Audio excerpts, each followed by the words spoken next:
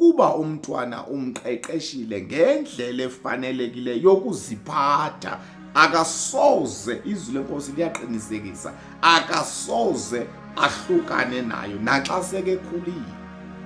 Umbuzo ke ngoku, aba bantwana bahlala etywaleni, aba bantwana bakhulela omnye umntwana emveni komnye umntwana, aba bantwana bagcwele entlongweni, aba bantwana babulalayo, badlwengulayo, bazinkabi, bazinto zonke ezininzi, abazali babo ababakhulisanga ngendlela efanelekileyo na. Singabonga isifundo iBhayibhile lethu 29 kaDisemba 2024.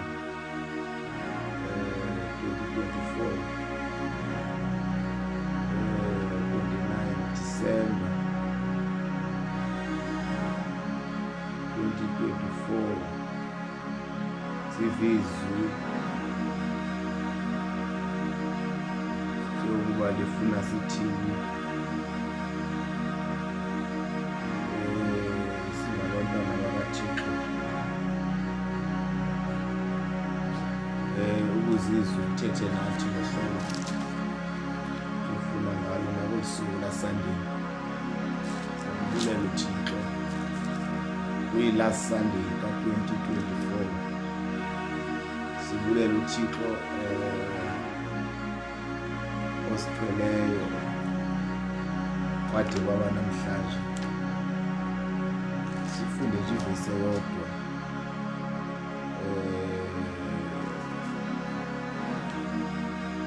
ivesi eyodwa sibe sesiyathandaza. Proverbs 22 verse number 6. Proverbs 22 verse number 6. Sibonga uThixo ngosuku last Sunday ka-2024. Siyamthanda uThixo, siyabonga uThixo osithwele kwade kwaba namhlanje. Sizaqala unyaka kungekudala, siqala unyaka omtsha 2025 le. Yes, isafobe kule iBhayibhile, kwezinye zi-Proverbs, kwezinye imizekeliso ithi ukuba umntwana umqeqeshile ngendlela yokuziphatha, soze ahlukane nayo naxa sele ekhulile. Ithi ke ngoku enye ezinye ii-versions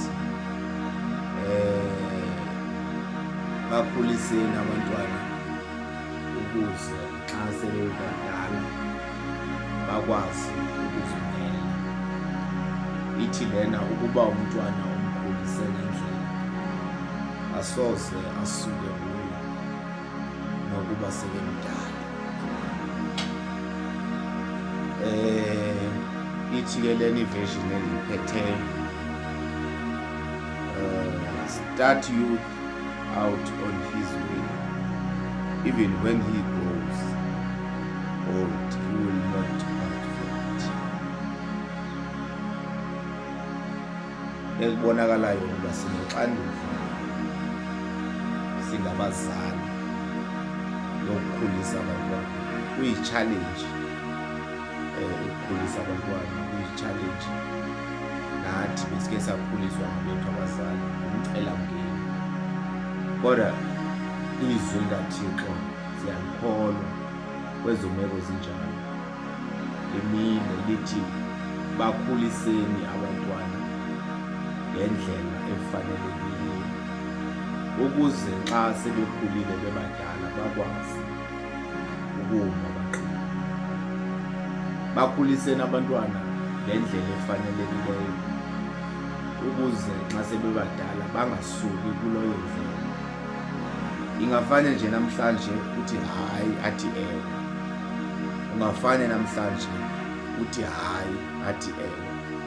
Kodwa i-duty yethu, i-duty yakho wena mzali yokuba uqhubeke usithi hayi, esifa engeva. Kodwa i-duty yomzali yokuqhubeka uthi hayi. Bakhuliseni abantwana ngendlela efanelekileyo ukuze xa sebekhulile bebadala bakwazi ukuma abanye bayayiva le nto bangayenzi, but the day sowungekho emhlabeni baqale bakhumbule ukuba wayethe utata, wayethe umama, noba usekhona emhlabeni nxa sekeshayeka ezintweni akayublema wena, uyawuthi utata wayendixelela inyani, umama wayendixelela inyani. Bakhuliseni ngabantwana ngendlela efanelekileyo ukuze xa sebekhulile bakwazi ukuziphatha.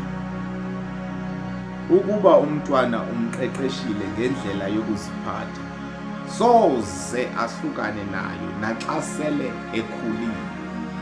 Umbuzo ke ngoku, aba bantwana bahlala etywaleni, aba bantwana bakhulela umntwana emveni komntwana, aba bantwana bagcwele entrongweni, aba bantwana babulalayo, badlwengulayo, bazinkabi, bazinto zonke ezininzi, abazali babo ababakhulisanga ngendlela efanelekileyo na? Ngoba iBhayibhile limile lithi ukuba umntwana umqeqeshile ngendlela yokuziphatha, soze ahlukane nayo naxa sele ekhulile. Impendulo ke yokuba ababakhulisanga ngendlela efanelekileyo okanye bakudlela engafanele isemzalini. Omnye umzali uzawuma ngesibindi athi mina ndiyidlalile indaba yabo, eyokuba besetrongweni namhlanje, eyokuba abulala abantu abeyinkabi, kodwa okwam ndikwenzile. Nantso ke into efunekayo, umzali nomzali ayimele iposition yakhe. Kuthi kusenzeka enye nenye abe yena eqonda uba mna ndiyidlalile into. Bakhuliseni abantwana ngendlela efanelekileyo ukuze xa sebekhulile bakwazi ukuzimela. Hayi abazali, kube mnandi nxa abantwana bethu bephuma ecaleni besenza izinto esingabafundisanga zona, besenza izinto esingabathitshanga zona, kodwa wena mzali yazi uba mna ezutata kabani ndiyidlalile yami indaba. Bendimxelela ngosuku laSunday uba ndiyavala apha endlini, ndiyaphuma ndiye enkonzweni, akho mntwana uzawushiyeka apha. Bendimxelela nxa kufika ireports engenzanga kakuhle kwabanye abantwana yokuba mntanam uphazamile, awenzanga kakuhle, bendilifaka iswazi xa kufanelekile ndilifake. Bendimxelela yoba isikolo akho mntu ungazufunda apha endlini. Bendimxelela ngoba Sunday apha ekhaya kuyakhonzwa, akho mntu uzawushiyeka apha endlini, ndiyidlalile yami indaba. Lithi izwi lenkosi ke ngoku, ukuba umntwana umqeqeshile ngendlela efanelekileyo yokuziphatha, akasoze, izwi lenkosi liyaqinisekisa, akasoze ahlukane nayo naxa sekekhulile. Noba ngabonakala namhlanje ngathi yonke le ngqeqesho yakho wawuyityalile, kubonakala ingathi wawudlala nje baze bahlekise ngawo abantu bathi kuthini namhlanje abantwana banje, but the day will come, ngoba iBhayibhile liyasiqinisekisa lithi asoze bahlukane nayo naxa sebekhulile. Haleluya. Kona ke abantwana abazelweyo enyameni abe sibazalayo, sibakhulise, sibabize ngabantwana bethu, sibaboleke kuThixo, sibondle, sibakhulise, sihlale nabo ezindlini. Babe khona abantwana abo abazala ngokwasemoyeni, abe sithi sibashumayeze, baguquke, bamkele uYesu njengenkosi nomsindisi. Nabo labo malithi izwi lenkosi masibakhulise ukuze xa sebebadala bangatyesheli le ndlela. Ayibi mandi ke ingqeqesho, ayibi mandi ukukhuliswa. Abanye bayakujika, abanye bazenza babone ngathi uyasangana, abanye bakubona ngathi uphuma ecaleni, abanye bakubona ngathi awufuni ukunderstanda le generation yanamhlanje. Kodwa ibhizo Nkosi limile lingenaphakade lithi bakhuliseni kuze xa sebekhulile bangayityesheli le ndlela. Haleluya. Asikwazi ukuxoka sithi hayi sesiphila kule generation asakwazi ukuzithetha izinto. Abantwana lithi izwi lenkosi bakhuliseni ukuze xa sebekhulile bangakwazi haleluya. Verse number 6, start youth out on his way, even when he grows old he will never depart from it.